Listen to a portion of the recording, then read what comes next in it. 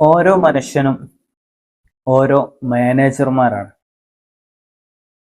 ചിലപ്പോൾ ഏതെങ്കിലും വിദ്യാഭ്യാസ സ്ഥാപനത്തിൻ്റെതാവാം, ചിലപ്പോൾ ബിസിനസ് സ്ഥാപനത്തിൻ്റെതാവാം, അല്ലെങ്കിൽ മറ്റു പല മേഖലയിലും ജോലി ചെയ്യുന്ന ആ ജോലിക്കാരെ മാനേജ് ചെയ്യുന്ന ഒരു മാനേജർ ആവാം.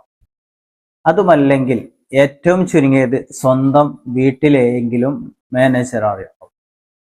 ഇന്ന് നമ്മൾ പരിചയപ്പെടുത്തുന്നത് സലാം ഓമശ്ശേരി എഴുതിയ മാനേജ്മെന്റ് എന്നൊരു പുസ്തകമാണ്.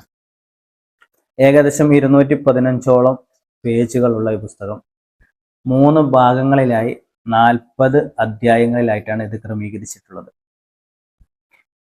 ഇതിൽ പറയുന്ന ഇത് വായിച്ചു മുന്നോട്ട് പോകുമ്പോൾ നമുക്ക് തന്നെ തോന്നും നമ്മൾ ഇതുവരെ ചെയ്തിരുന്ന പലതും ഒരു വ്യവസ്ഥാപിതമായ രീതിയിലായിരുന്നില്ല എന്ന് തോന്നും. അതുകൊണ്ട് തന്നെ ഇതിൽ നമ്മൾ പറയുന്ന കാര്യങ്ങൾ ഒരുപാട് നമ്മൾ മനസ്സിലാക്കേണ്ടതുണ്ട്. നമ്മളെ കുടുംബ ജീവിതത്തിലെ കുടുംബം മാനേജ് ചെയ്യുമ്പോഴും സ്ഥാപനങ്ങൾ മാനേജ് ചെയ്യുമ്പോഴൊക്കെ നമ്മൾ ഒരുപാട് കാര്യങ്ങൾ ഇതിൽ ശ്രദ്ധിക്കേണ്ടതുണ്ട്.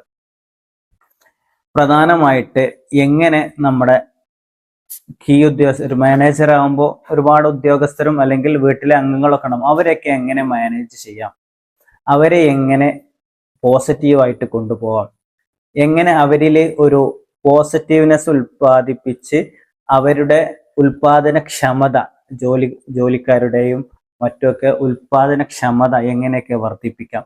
അങ്ങനെ ഒരുപാട് കാര്യങ്ങൾ ഇതിൽ പറയുന്നു. ടൈം മാനേജ്മെന്റ് ഉൾപ്പെടെയുള്ള അവരോടുള്ള പെരുമാറ്റങ്ങൾ, പിന്നെ മാനേജ്മെന്റ് മേഖല നമ്മൾ ശ്രദ്ധിക്കേണ്ട ഒരുപാട് കാര്യങ്ങൾ ഇതിൽ പറയുന്നുണ്ട്. അപ്പോൾ എങ്ങനെ ആയിരിക്കണം ഒരു മാനേജർ? കേവലം തൻ്റെ മുമ്പിലുള്ള ഒരുപാട് തൊഴിലാളികൾ അവരെ മാനേജ് ചെയ്യുക എന്നതിനപ്പുറം ഒരു ദീർഘദൃഷ്ടിയോടെ കണ്ട് നമ്മളെ സ്ഥാപനം എത്രത്തോളം അല്ലെങ്കിൽ വീട്ടിലെ മറ്റു കാര്യങ്ങൾ എല്ലാം ഒരു വർഷത്തിനപ്പുറം അല്ലെങ്കിൽ 5 വർഷത്തിനപ്പുറം, മിനിമം പറയുന്നത് ഒരു 6 മാസത്തിനപ്പുറം എവിടെ എത്തണം എന്നതിനെ കുറിച്ച് കൃത്യമായിട്ട് ആലോചിച്ച് അതിൽ കൃത്യമായൊരു റൂട്ട് പ്ലാൻ തയ്യാറാക്കി മുന്നോട്ട് പോകുമ്പോഴാണ് യഥാർത്ഥ മാനേജർ ആവുകയുള്ളൂ എന്നൊക്കെയാണ് ഇതിൽ പറയുന്നത്. ഇത് അദ്ദേഹം എഴുതിയത് എനിക്കിങ്ങനെ മനസ്സിലായത് കുറെ പോയിന്റുകളായിട്ടാണ് എഴുതിയത്. അപ്പോൾ വായിച്ചപ്പോൾ ഇങ്ങനെ മനസ്സിലായത് അദ്ദേഹം പ്രസംഗത്തിൽ നിന്നും മറ്റു പുസ്തകങ്ങളിൽ നിന്നൊക്കെ വായിച്ച നോട്ട്സുകൾ ഒരു പുസ്തകമാക്കിയതാണ് എന്നൊരു തോന്നലുണ്ട്.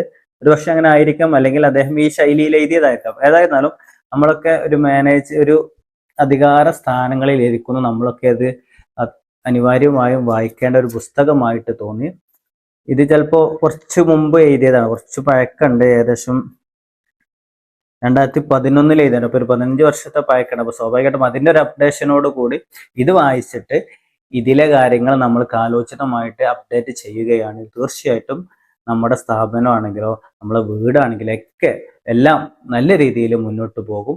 അപ്പോൾ സാധിക്കുന്നവരൊക്കെ ഇതുപോലുള്ള മാനേജ്മെന്റിനെ കുറിച്ച് പറയുന്ന പുസ്തകങ്ങളൊക്കെ വായിച്ച് നമ്മളെ വീടും സ്ഥാപനങ്ങളും ബിസിനസ്സും എല്ലാം ഒരു കുറ്റമറ്റ രീതിയിൽ മുന്നോട്ട് പോകാൻ ശ്രമിക്കണം എന്ന് ആശംസിക്കുന്നു.